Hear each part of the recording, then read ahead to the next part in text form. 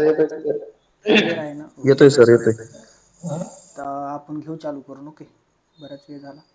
नंतर जसे असेल तसे ॲड करू. मित्रांनो, सध्या आपण बघतोय आपलं जे फॉरेक्सचं सेशन आहे इथं एकदम प्रॉपर तुम्हाला माहिती मिळणार आहे की जी रिॲलिटीमध्ये आपली कॅपिटलची रिक्वायरमेंट आहे की बाबा तुम्ही कसं स्टार्ट करू शकता. ओके, आता सध्याला आपण बघतोय की कॅपिटल जी रिक्वायरमेंट आहे फॉरेक्स ट्रेडिंग, आता तुम्ही बरेच जणांनी अकाउंट वगैरे ओपन केलं पण स्टार्ट केली, पण ती होते पण असं गॅमलिंगमध्ये होते, जसं की प्रॉफिट होतोय लॉस होतोय आणि ओव्हरऑल आपल्याला जास्त काही मिळत नाही आहे. ओके, तर आपल्याला असं करायचं नाही की एक दिवस प्रॉफिट एक दिवस लॉस, आपल्याला रेग्युलरली प्रॉफिट करायचं आहे.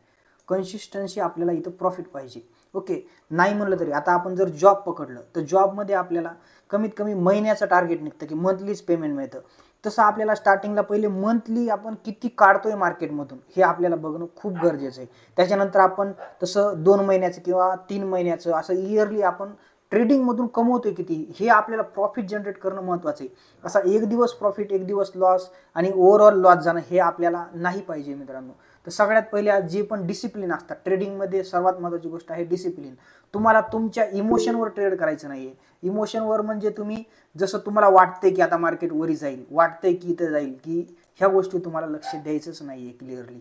ओके, मी तुम्हाला मित्रांनो सांगतोय की आता आपण फॉरेक्स ट्रेडिंग स्टार्ट करताना जी कॅपिटलची रिक्वायरमेंट आहे, ओके, कमीत कमी 2000-3000 टाकून असा काही ट्रेडिंग स्टार्ट करता येत नसते. ओके, पण तुम्हाला जर मी तुम्हाला सांगतोय की ट्रेडिंग स्टार्ट करण्यासाठी तुम्हाला फॉरेक्समध्ये आणि आपण संपूर्ण ॲनालिसिस गोल्डमध्येच करतो जास्त करून, तर कमीत कमी तुम्ही $50 ते $100 तरी अकाउंट ठेवलं पाहिजे. ओके, आणि तुम्ही जर $200 अबाव ठेवलं तर ते तुमच्यासाठी एकदम बेटर होतं आणि $200 जर अकाउंट असेल तर ते एकदम तुमच्यासाठी सेफ असतं मित्रांनो.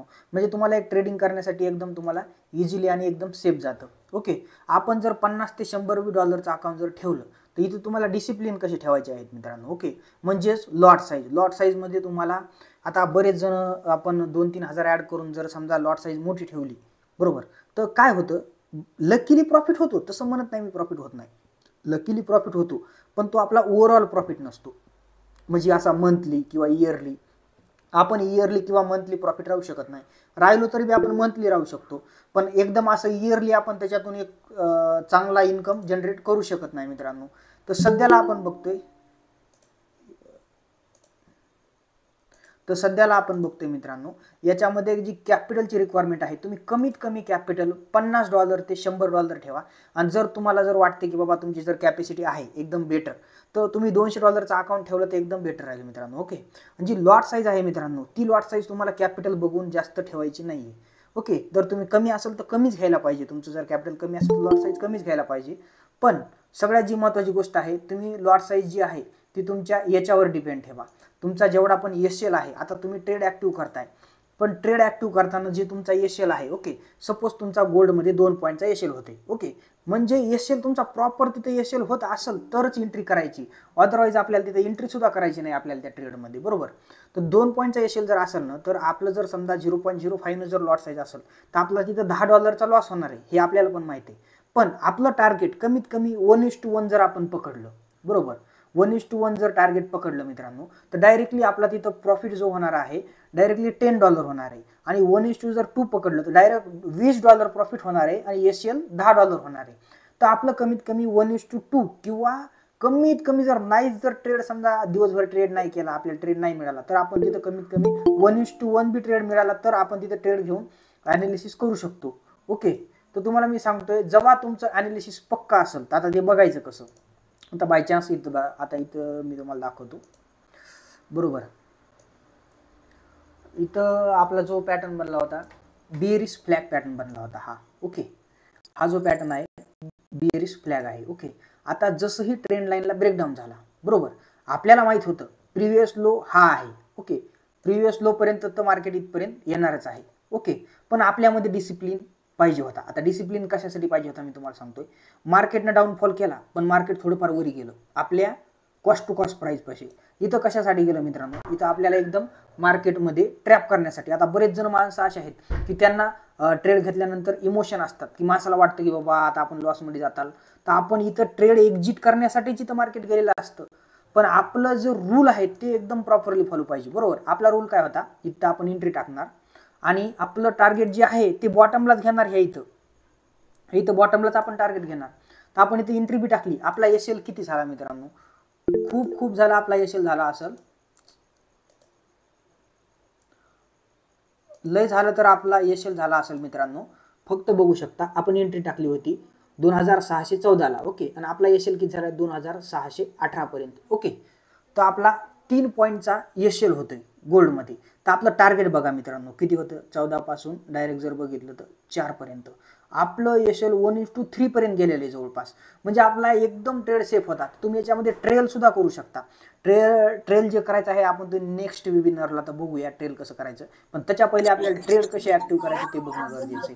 ओके, जेव्हा तुमचं प्रॉपर सेटअप होईल, इथं आपलं प्रॉपर सेटअप झालं तरच आपण इथं ऍक्टिव्ह केलेलं आहे. आपण इथं बी एंट्री ऍक्टिव्ह केली नाही, इथं बी ऍक्टिव्ह नाही केली, इथं बी नाही केली. का नाही केली, इथं काही सेटअपच बनत नाही ना. उगं आपण कॅपिटल ऍड केले, ओव्हर ट्रेडिंग करतोय म्हणून इथं पण ट्रेड घ्यायचा, कुठं पण घ्यायचा, याला नाही. फक्त मी तुम्हाला सांगतो, आता इथं जर तुम्ही एंट्री टाकली असती, तुम्ही इथं ट्रेड करण्यापेक्षा इथं समजा एकदा जर क्वांटिटी वाढवली असती तर इथं चांगला टार्गेट मिळाला असतं ना. कोण आहे, हा, तर इथं आपल्याला काय करायचं आहे, एकदम आपल्याला मगरी सारखं बसावं लागते मार्केटमध्ये. स्क्रीन बंद झाली का, स्क्रीन तर शेअर आहे. Hello sir. हा, दिसते का स्क्रीन? हॅलो. हा बोला. स्क्रीन दिसते का? हा दिसते ना सर. ओके ठीक आहे. ओके चालते. अरे यार स्क्रीन थोडी डिले होते. Hello sir. ठीक आहे, हॅलो. मेसेज करून घेईल मी. एक सेकंड सिस्टीमला प्रॉब्लेम आलेला आहे. हॅलो. हा येतोय आवाज येतोय क्लिअर येतोय आवाज. तर लॉट साईज सांगा ना. हा, लॉट साईजच सांगतो. याच्यामध्ये मी तुम्हाला सांगतो, तुमचं कॅपिटल जर असेल ना कमी, सर $50 असला तर किती लॉट साईज?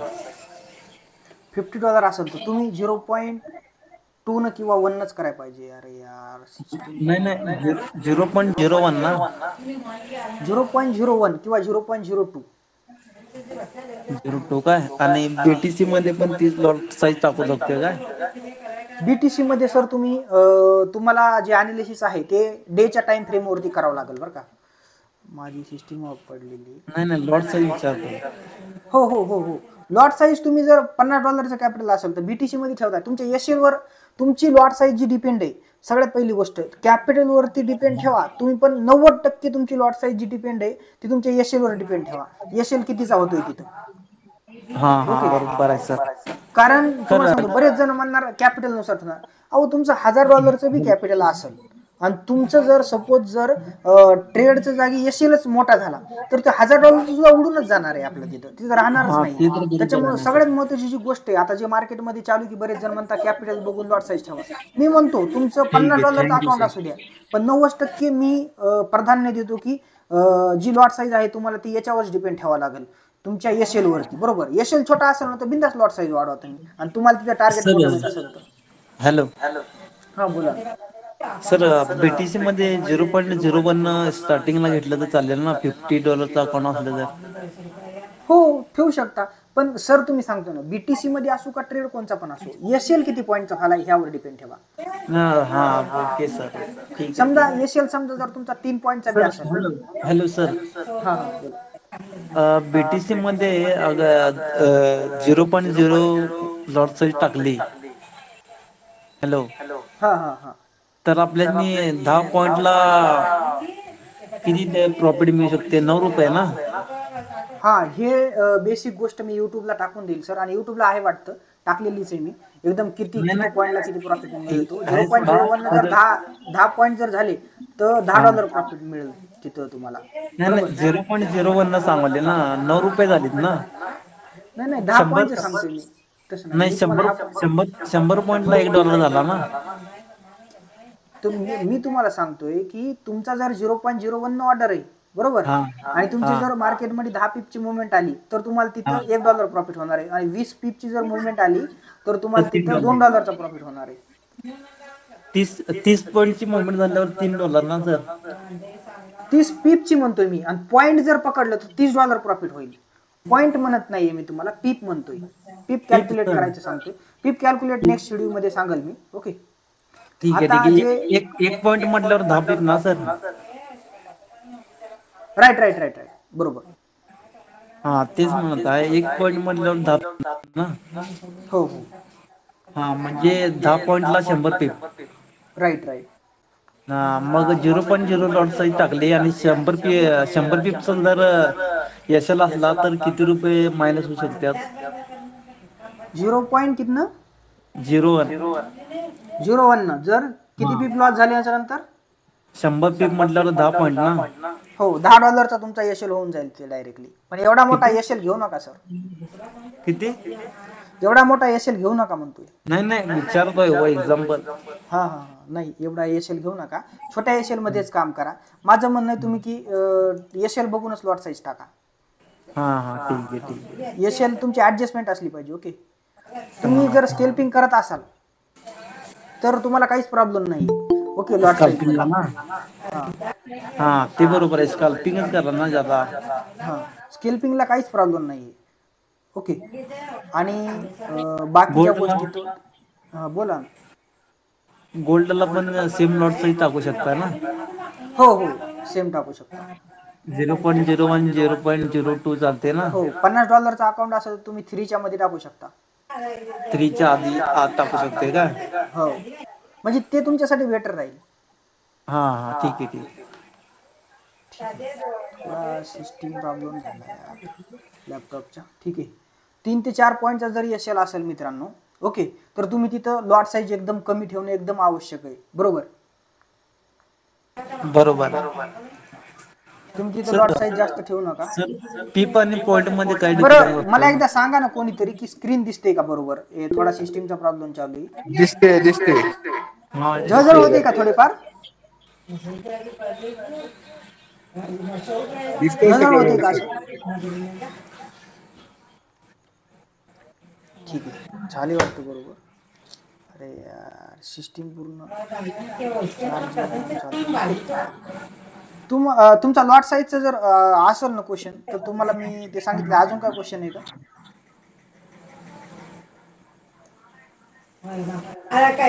काय म्हटलं? अजून काय क्वेश्चन आहे का लॉट साईजचा? नाही सर, ते हा एक हे आहे बिटकॉइन मध्ये 1 पॉईंट म्हटल्यावर 10 पीप ना. हो, ऐकता का? मी थोडं बाकीच्यांना सांगतो कारण आपल्याकडे 30 मिनिट येतं आणि त्याच्यामध्ये ठीक आपल्याला सेशन संपूर्ण घेऊ. आणि तुम्हाला बाकी काही लॉट साईजची अडचण असेल तर व्हॉट्सअपला हॅलो. मेसेज करा, तुम्हाला हा समजून सर, घेऊ. हां, मी काय अहो म्हणतो हे जे आता बेसिकचं आता जे आहे ना सर, हे युट्यूबवर एक व्हिडिओ अपलोड करा ना, म्हणजे सगळे ते बघतील डायरेक्ट. हो, मग तसं पण करू. लॉट साईज बद्दल आपण संपूर्ण व्हिडिओ टाकून देऊ. पण आता मी तुम्हाला सेशनमध्ये सांगतो की जी लॉट साईज आहे ती तुम्ही तुमच्या यशल वरती डिपेंड ठेवा. जर दोन पॉईंटचा यशल असेल तर मित्रांनो तुम्ही 0.05 पर्यंत घेऊ शकता सफिशियंट. ओके, म्हणजे जर लॉस बी झाला आपला तिथे $10 होणार आहे आणि प्रॉफिट बी जर झाला आपला कमीत कमी 1:1 बी आपण रेशो पार केला तर $5 तिथं आपला नाही म्हणलं तरी बी 1:1 धरलं तर तिथं $10 आपल्याला डायरेक्टली मिळणार आहे. आणि जर आपण 1:3चा रेशो जर आला, नॉर्मली आपण मार्केटमध्ये 1:3 पर्यंत जातो किंवा 1:2 पर्यंत तरी जातो. ओके, 3 पर्यंत गेला तर आपल्याला तिथं $30 प्रॉफिट होणार आहे. $10 यशल होते आपला. हे एकदम सफिशियंट आहे. बरोबर. 0.05 ची लॉट साईज $100 वर चा अकाउंट असेल तर एकदम. सर लिव्हरेज किती ठेवू शकते? लिव्हरेज तुम्ही घेऊ शकता, कमी पण घेऊ शकता. त्याच्यामध्ये एक नाही. सेमला 1000 पर्यंत आहे. एक सेमला हा नाही 2000 पदूर पण आहे खरं. आपण 100 ते 50 चालेल ना. हो, पण ते तुमच्या कॅपिटल वरती डिपेंड आहे. आता ज्या लोकांचं कॅपिटल कमी त्याला लेव्हरेज जास्त घ्यावंच लागेल ना. हा घ्यावंच लागेल ना, ते बरोबर. आता त्यांच्या कॅपिटल वरती डिपेंड आहे. आता सगळ्या जणांची परिस्थिती सारखी नाही आहे आपल्याकडे की ज्यांचं सगळं कॅपिटल सेमच घेतात. $50 किती टाकू शकता लॉट साईज? हे लिव्हरेज 50 का 100? नाही, तुम्ही मग 1000चाच वापरायला लागेल तुम्हाला कारण अकाउंट छोटे आहे ना. हा ठीक आहे ठीक आहे. मग आणि त्याला लॉट साईज नंतर काय बोला? लिक्विडिटी जवळ येणार ना मग? हा, तर मग तुम्हाला लिक्विडिटी मिळेल. आता मग कॅपिटल नसेल तर मग काय पर्याय आहे? $500चा अकाउंट करावं लागेल. लिक्विडिटी मध्ये पण एसएल होणार ना. तर मग सर आता कॅपिटल नाहीये तर लॉट साईज वाढवायची जर असेल तर मग तुम्हाला लेव्हरेज घेतल्याशिवाय काय पर्याय? हा नाही $50 असला तर 100x लिव्हरेज पण चालते ना. हो चालतं, तुमच्या मनावर आहे. लेव्हरेज घ्यायचं तुमच्या मनावर आहे. तुम्हाला लॉट साईज वाढवायची असली तुम्ही वाढू शकता. ओके. आणि हा फॉरेक्स मध्ये जेव्हा पण तुम्ही ट्रेड करताय तेव्हा ना सगळ्यात पहिल्यांदी ज्या गोष्टी आवश्यक आहेत ते मी तुम्हाला सांगतोय. तुम्हाला ट्रेडिंग व्ह्यू वरती चार्ट तुम्ही बघतच जा आणि त्याच्यावरती आता नुसतं चार्ट लावताय याला काय अर्थ नाही. आता ट्रेडिंग व्ह्यू वरती जर चार्ट असेल तर तिथं आपल्याला टाइम फ्रेम कोणत्या वापरायच्या. ओके. गोल्डचा आपण चार्ट आपण संपूर्ण अनालिसिस गोल्ड मध्ये करतो. एक किंवा दोनच याच्यामध्ये पेअर मध्ये आपल्याला ट्रेड करायचं, सगळीकडे जायचं नाहीये. सध्या आपण गोल्ड मध्ये करतोय मित्रांनो. तो गोल्डचा आपल्याला ट्रेडिंग व्ह्यू वरती चार्ट लावायचा आहे. सगळ्यात महत्त्वाची गोष्ट आहे की चार्ट वापरताना कसा वापरायचा आहे. बरोबर. ट्रेडिंग व्ह्यू वरती सर्वात पहिल्यांदा तुम्हाला 1 आवर टाइम फ्रेम बघून घ्यायची. याच्यामध्ये सपोर्ट रेजिस्टन्स एकदम प्रॉपर लावून घ्यायचे. बरोबर. आणि त्याच्यानंतर तुम्ही 4 आवर टाइम फ्रेम बी तुम्हाला एकदा बघून घ्यायची आहे. ते पण बघणं गरजेचं आहे. 1 आवर, 4 आवर आणि 15 मिनिटची टाइम फ्रेम आणि त्याच्यानंतरच 5 मिनिटची टाइम फ्रेम लावायची आणि नंतर ट्रेड तिथे लावून तुम्हाला पॅटर्न वगैरे चेक करायचा आहे आणि त्याच्यानंतर ट्रेड घ्यायचा आहे. ओके. पण सर्वात पहिल्यांदा 1 आवरची टाइम फ्रेम एकदा बघून घ्या. तुम्हाला बऱ्याच गोष्टी कळतील 1 आवर मध्ये काय आहे. तर चला मी पण तुम्हाला दाखवतो लाईव्ह मध्ये.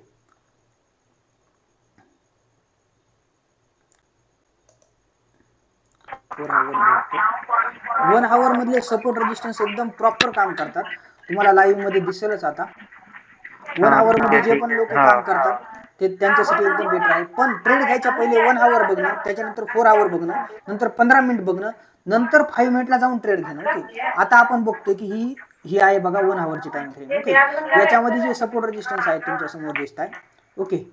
हे मी आता जे आपल्या प्रीमियम ग्रुपला अनालिसिस करतो, जे स्वतः ट्रेड घ्यायला अनालिसिस करतो, हे मी एक बी चार्ट पॅटर्न वगैरे काढलेला नाही. तुमच्या समोर जसं आहे तसं मी स्वतः जे अनालिसिस करतो तेच तुम्हाला इथे मी शिकवते. ओके. त्याच्यात काहीच इश्यू नाही. आता बघा तुम्ही बघू शकता जे मार्केटने सपोर्ट पकडलेले आहेत, प्रत्येक वेळा सपोर्ट पकडलेले आहेत ते 1 आवर टाइम फ्रेमला रिस्पेक्ट देऊन पकडलेले आहेत. ओके. हा जो सपोर्ट आहे. ओके. मार्केटमध्ये जेव्हा पण आता तुम्ही बघू आता बरोबर तुम्ही आता बघू शकता ही आहे ट्रेंड लाईन. ओके. ही बघा ट्रेंड लाईन. ओके. मार्केटमध्ये जेवढं पण कन्सॉलिडेशन चालू आहे ओके तेवढं तुम्हाला इथं माहित होतं. इकडे बघा मार्केटमध्ये कन्सॉलिडेशन माहित होतं आणि 1 आवर टाइम फ्रेमवरती तुम्ही न्यूजचं सुद्धा अनालिसिस करू शकता. हे बघा मार्केटचं कन्सॉलिडेशन. ओके. मार्केट इथं फुल्ली लॉक झाला होता. फुल्ली. ओके. लॉक झाल्यानंतर तुम्ही इथं बिंदास एंट्री करू शकला असतात न्यूजमध्ये सुद्धा, कारण तुमच्याकडे इथं 1 आवर टाइम फ्रेमवरचा एक ट्रेंड लाईनचा सपोर्ट होता. तुम्ही 1 आवर टाइम फ्रेमला बघा, तुमची प्राइस ॲक्शन एकदम प्रॉपर फॉलो करते. तुमचे सपोर्ट रेजिस्टन्सवर बी जर तुम्ही फक्त रिव्ह्यू करून आले की बाबा 1 आवर टाइम फ्रेमवरती सपोर्ट कुठे आहे आणि रेजिस्टन्स कुठे. आता तुम्ही बघू शकता मार्केटनं मागच्या टाइमला जे ट्रॅप केलेलं आहे. कसं ट्रॅप केलं, ही होती एक स्ट्रॉंग एक सपोर्ट होता, ते मार्केटनं ब्रेकडाऊन केला. बरोबर. त्याच्यानंतर आपला जो EMA होता हा आहे 200 EMA. हा 200 EMA बद्दल आपण नेक्स्टच्या सेमिनारमध्ये बघू. पण याच्यामध्ये तुम्ही बघू शकता मित्रांनो, जसं ही मार्केटनं एक बाय साईडचा प्लॅन केला आणि त्याच्यानंतर मार्केटनं काय केलं, लोकांना इथं सेलरला बसवलं. आता रिटेलर लोक काय सोचणार की त्यांना काय वाटणार इथे ब्रेकडाऊन झालेला आहे. ओके. इथे ब्रेकडाऊन झाला, आता इथून मार्केट डायरेक्ट खाली जाणार आहे. बरेच जण इथे रिटेलर लोकांनी एंट्री केल्या जे 1 आवर टाइम फ्रेमवर काम करतात. त्यांच्यासोबत काय झाला गेम, त्यांनी इथं मार्केटने इथं एंट्री करायला लावली आणि मार्केटने एक बाय साईडची मुवमेंट पकडली. बरोबर. लोकांना कमीत कमी वाटलं होतं इथपर्यंत तरी मार्केट येणार. ओके. पण आपला जे EMA आहे, आपण जे EMA आपलं यूज करतो त्याने इंडिकेट काय केलं, इथं थोडा सपोर्ट आहे, इथपर्यंत येऊ शकतं. पण इथून काय सांगता येत नाही. बघा इथून आपलं इंडिकेट भेटलं बाय साईडचं सिग्नल. पण आपण केव्हा एंट्री केली मित्रांनो, तुम्ही बघू शकता आपण एंट्री केव्हा केली, जेव्हा पण आपला प्रिव्हियस सपोर्ट स्ट्रॉंग आहे. बरोबर. हा इथं आपला प्रिव्हियस सपोर्ट होता स्ट्रॉंग, तेव्हा त्याच्यावरी मार्केट गेलं. आपण बघा आता हे ट्रेड तुमच्या समोर मी फ्रीच्या टेलिग्राम चॅनलला दिलेला आहे. ज्यांना पण टेलिग्राम चॅनल जॉईन करायचं त्यांनी व्हॉट्सअपला हाय करा. ओके. हे जे टेलिग्रामला आपल्या हा ट्रेड दिला होता, आपला इथं हा प्रिव्हियस सपोर्ट होता मार्केटचा, म्हणून आपण इथं बाय साईडला ट्रेड ऍक्टिव्ह केला. तुम्ही बघू शकता आपण एकदम बरोबर एंट्री केली एकदम छोट्या एसएलवर, कारण प्रिव्हियसचा सपोर्ट होता ना, प्रिव्हियसला पण सपोर्ट पकडला होता, म्हणून इथून मार्केट खाली जायची शक्यता नव्हती. बघा ना आता तुमच्या समोरच मी तुम्हाला दाखवतो. आता हे प्रिव्हियस ट्रेड आहे, खूप 4-5 दिवसाखालचा असेल. बघा आपली एंट्री किती झाली. अरे यार माझा तर चार्टच मला बरोबर नाही दिसत. तुमच्या स्क्रीनला दिसते का हा इथं किती दिसते, 2500 573 दिसते. 2573 आहे आणि जो यशल आहे फक्त नाही म्हणलं तर मी 70चा, म्हणजे लगभग 70चा नाही वाटत, 4 पॉईंट.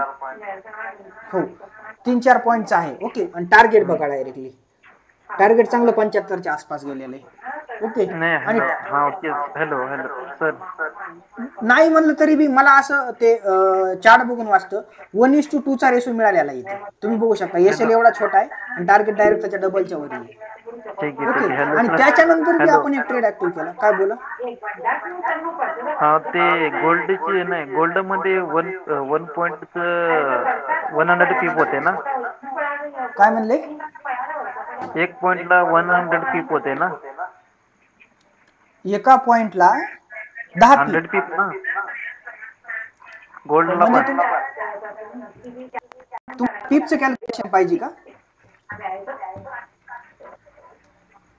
हॅलो, तुम्हाला पीपचं कॅल्क्युलेशन पाहिजे का? ठीक आहे, युट्यूबला टाकून देणे का शॉर्ट व्हिडिओ मध्ये. आय थिंक टाकलेलं आहे सर, युट्यूबला जाऊन बघा, युट्यूबला टाकलेलं आहे पीपचं कॅल्क्युलेशन. ओके, ठीक आहे. युट्यूबला पण टाकलेलं आहे, त्याच्यावर एकदम प्रॉपर समजेल. असं समजून सांगायला मला तुम्हाला एक नेक्स्ट सेशन मध्ये घेईल, त्याच्यावर एकदम प्रॉपर लिहून टाकेल आणि तिथे एकदम प्रॉपरली पीपचं समजेल. असं बोलण्यामध्ये नाही समजवता येणार, कारण ते समोर तुम्हाला ऍक्टिव्हिटी करून दाखवा लागेल तिथं कसं आहे. ओके, ठीक आहे. आणि याच्यानंतर आपण 1 आवर टाइम फ्रेम वरती नेक्स्ट ट्रेड पण प्लॅन केला एकदम छोट्या एशेलवर. ओके, आणि आपण मार्केटमध्ये त्याच्यानंतर 15 मिनिटची टाइम फ्रेम बघतोय. 4 आवर वरती पण आपल्याला सेम यूज करायचे सपोर्ट रेजिस्टन्स. ओके, हे बघू शकता 4 आवर टाइम फ्रेम वरती. ओके, आपल्याला मार्केटमध्ये बघायचं काय, 4 आवर टाइम फ्रेम वरती इथं सपोर्ट पकडला म्हणजे मार्केट इथं बाईंग साईडनेच राहणार आहे पूर्ण दिवस. ओके, आपल्याला एवढं तर माहिती झालं. पहिल्या 4 आवरला कॅन्डल ग्रीन आहे आणि इथे मार्केटने चांगला सपोर्ट पकडलाय, म्हणजे मार्केट समोरच्या 4 आवर सुद्धा बाय साईडनच राहू शकते. इथे एक कन्फर्मेशन मिळाली होती. मग एवढ्या टायमामध्ये आपण कधी पण ट्रेड घेतला ना तर बाय साईडनच घ्यायचा आहे, हे आपल्याला 4 आवर वरती कळतं. 4 आवर टाइम फ्रेम कशासाठी बघायची आपल्याला, की मार्केटची मुवमेंट कोणची आहे बाबा. मार्केटची मुवमेंट जर बाय साईडनं असेल तर आपल्याला समोरचे 4 आवर कसं काम करता येईल आपल्याला 4 आवरच्या टाइम फ्रेमवरून कळतं. आता 4 आवर टाइम फ्रेमला इथं सेलिंगची मुवमेंट दिसते, बरोबर, इथं पण सेलिंग वाटते, इथं पण सेलिंग वाटते. तर मग आपल्याला हे पण एकदम कन्फर्मेशन मिळालं होतं की पुढच्या 4 आवरमध्ये पण त्याच्यानंतरची कॅन्डल पण रेड बनायची शक्यता आहे, तर मार्केटमध्ये एक सेलिंगच राहणार आहे. हे बघण्यासाठी आपल्याला 4 आवर यूज करायची. आणि त्याच्यानंतर 15 मिनिट बघायची. 15 मिनिट कशासाठी, की बाबा आपलं जरा एशेल छोटा व्हावं म्हणून. ओके, आपली एंट्री बरोबर पडते का नाही ह्या गोष्टी आपल्याला थोड्याफार टेस्ट करण्यासाठी. तर ते आपण इथं पण बघू शकतो. सिस्टीमनं काय घोळ केला तर 1 सेकंड, रिफ्रेशचा की मला माहीत नाही आहे काय, बघल मी.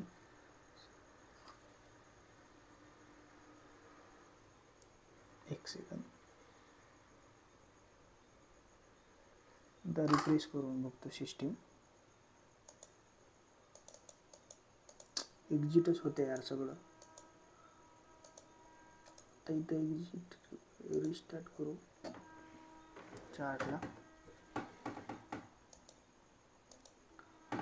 तुम्हाला चार्ट दिसतोय का थोडाफार क्लिअर दिसतोय का सिस्टीम मध्ये तुम्हाला? तरी मला ठीक आहे. ओके, याच्यामध्ये ना जी महत्वाची गोष्ट आहे ना, 15 मिनिट वरती तुम्हाला कशामुळे बघायचं आहे, थोडा एशेल तुमच्यासाठी छोटा व्हावा म्हणून. आता इथे बघू शकता एक बॉक्स पॅटर्न बनला होता, हे आहे 15 मिनिटचे चार्ट. ओके, 15 मिनिट वर तुम्ही बघू शकता. आपल्याला एक मनाची भावना धरून सुद्धा थोडंफार ट्रेडिंगला अनालिसिस करायचं, म्हणजे एक माणसाचा माइंड लावून सुद्धा. ओके, ऑफ करा, EMA राहते ना, काय प्रॉब्लेम नाही, थोडं ऑफ करा म्हणजे ते चार्ट घाण दिसते ना. ओके, आता मी तुम्हाला सांगतो याच्यामध्ये बॅकग्राऊंडला आवाज येतोय सर. हॅलो, नाही माझ्या नाही, थांबा, कोणाच तरी चालू आहे माईक. अच्छा, ऑफ करू त्यांचं, केलं मी माईक ऑफ. ओके, तुम्ही बघू शकता याच्यामध्ये काय झालं होतं, मार्केटमध्ये एक बाईंग होती, बरोबर. आपल्याला बाईंग कशी कळली, बाईंग आपल्याला इथूनच कळाली आहे, पण आपल्याच्याने एंट्री लेट झाली मित्रांनो. ओके, आपल्याच्याने एंट्री लेट झाली. कसं काय लेट झाली, त्याच्यानंतर एक ट्रेंड लाईन बनली होती, बरोबर. ट्रेंड लाईन तर बनली, आपल्याला एक बाईंग साईडचं सिग्नल मिळालं होतं, पण त्याच्यानंतर आपल्याला एक कन्फर्मेशन मिळाली, बॉक्स पॅटर्न बनला, कन्सॉलिडेशन एका जागेवर राहिलं ना, हा एक असा बॉक्स बनला. ओके, आपल्याला एक कन्फर्म होतं बॉक्सच्या खाली जाणार नाही, प्लस आपल्याला एक अजून एक भेटलं होतं की इथे एक ट्रेंड लाईन बनली होती. आता या ट्रेंड लाईनला मार्केट रिस्पेक्ट करते, कमीत कमी मार्केट ट्रेंड लाईनला किंवा सपोर्टला 3 वेळा तरी रिस्पेक्ट केलं पाहिजे, हे रूल आहे. ओके, 1 वेळा, 2 वेळा, 3 वेळा. ओके, 3 वेळा रिस्पेक्ट केलं, आपण इथे एंट्री केली, बरोबर. ट्रेंड लाईनच्या खाली एकदम छोटा एशेल ठेवला आणि किती मोठं टार्गेट मिळालं. आणि आपल्या मध्ये जर कॅपॅसिटी असते बाबा, आपल्याला वाटलं अजून सुद्धा होल्ड करावं, तर आपला जे नेक्स्टचा रेजिस्टन्स आहे तिथपर्यंत आपण होल्ड करू शकत असं, पण आपला जो आहे टार्गेट 1:3 किंवा 4 पर्यंत झालं होतं, तेवढं आपण इथं बुक केलं. ओके. आणि त्याच्यानंतर आपला बिअरिश ब्लॅक पॅटर्न बनला होता, याच्यावर एक आपण ट्रेड घेतला होता. आणि त्याच्यानंतर जे येतं का मित्रांनो, आपण टाइम फ्रेम यूज करताना जे चार्ट पॅटर्न बघायचे किंवा जे ॲनालिसिस बघायचे बाबा, तुम्ही जास्त करून ते 15 मिनिटवर आणि 5 मिनिटवरतीच बघा. ओके. आता जेवढे तुम्हाला एम पॅटर्न दिसत आहे, डब्ल्यू पॅटर्न दिसत आहे, हे बेसिक पॅटर्न दिसत आहे, तुम्ही ते 5 मिनिटवर बघा. आणि मोठा ॲनालिसिस म्हणजे तुम्ही कशासाठी, मार्केटची मोमेंटम काय राहील पुढच्या 1 आवरमध्ये, 1 आवर टाइम फ्रेममध्ये आपण कशासाठी बघतोय सपोर्ट रेशन, पुढच्या 1 आवर टाइम फ्रेममध्ये कसं राहणार आहे मार्केट, हे बघण्यासाठी 1 आवर आणि 4 आवर यूज करायचे.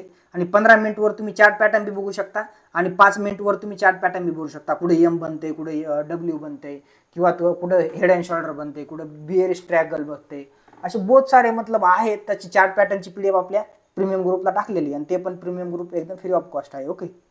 आता कोणाला काही अडचण असेल तर मला विचारू शकता फॉरेक्स मधल्या.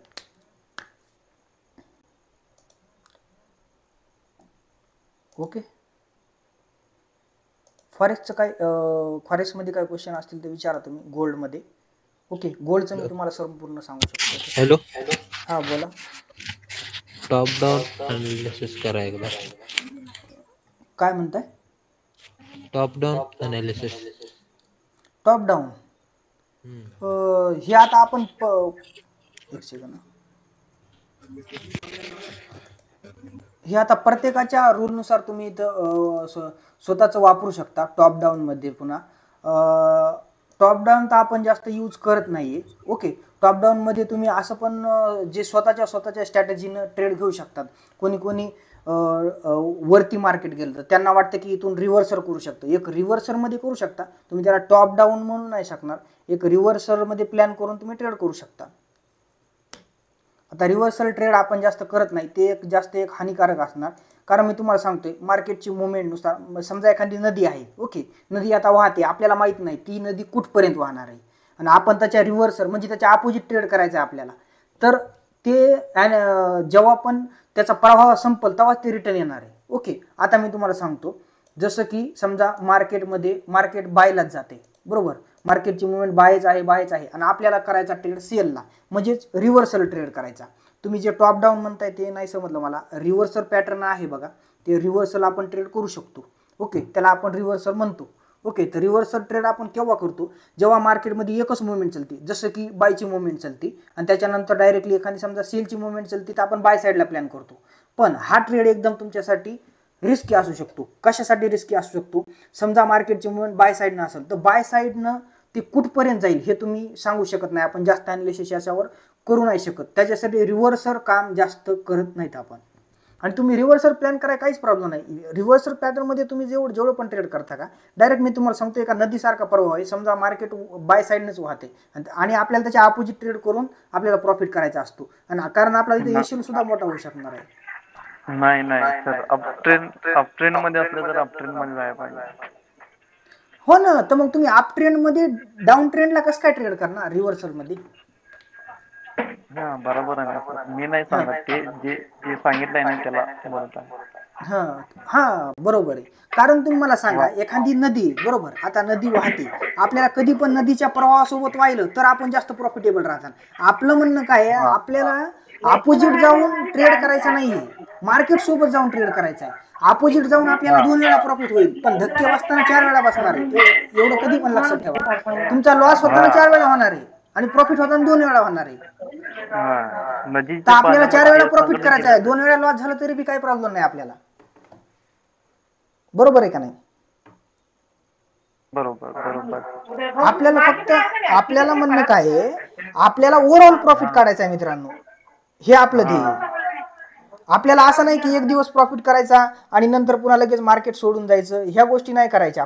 आपल्याला कन्सिस्टन्सी मध्ये प्रॉफिट करायचं आहे. तुम्हाला काय वाटतं याच्यावर, म्हणणं काय वाटतं तुम्हाला? आपलं अनालिसिस बरोबर वाटतं का? बरोबर आहे. बाकी काय अडचण आहे का तुम्हाला? नाही सर, बाकी काही अडचण नाही, नुसतं लॉट साईज आणि पीप वगैरे, बाकी कुछ नाही. दीपक गीते सर म्हणताय, ऐका ना, बोला ना सर.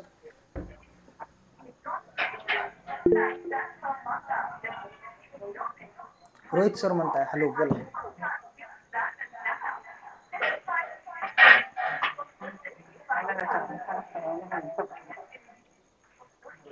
त्यांचा माईक ऑफ नाही वाटत. माईक ऑफ आहे वाटतं तुमचा, बोला ना रोहित सर. तर उद्याचं मार्केट कसं असणार आहे? हा उद्या साईड प्लॅन करतो मी सोबत.